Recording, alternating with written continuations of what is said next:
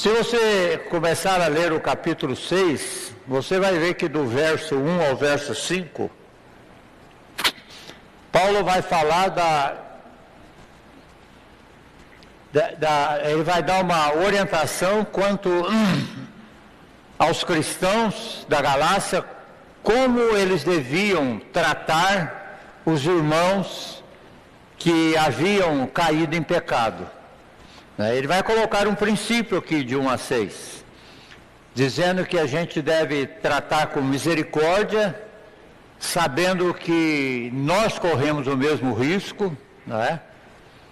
A gente tem falado muito isso aqui, a prova que nós ainda não nos conhecemos, não conhecemos a capacidade da nossa depravação, é que nós espantamos com o pecado dos irmãos, não é? Quando nós espantamos, nós estamos dizendo, eu não faria isso. E realmente, irmãos, se não for a graça de Deus, se nós não estivermos obedecendo os preceitos de Deus, não é? Os princípios de Deus, nós vamos correr o mesmo risco. Por isso, nesse texto de 1 a 5, Paulo orienta os cristãos.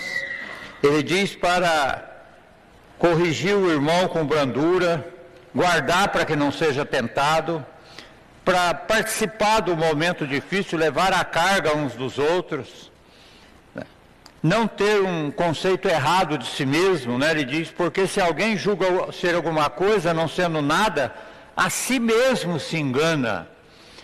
E esse é o pior engano que você pode fazer.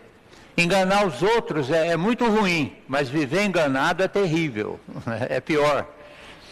E Paulo está dizendo que quando nós temos um conceito errado de nós mesmos, isso leva a gente a julgar os outros, sem misericórdia, sem graça, e leva a gente a viver uma vida enganada, não é?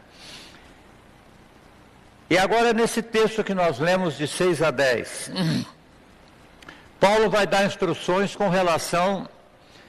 Versículo 6, ele vai falar com relação a um princípio que deve reger a vida da igreja, né? Ele vai falar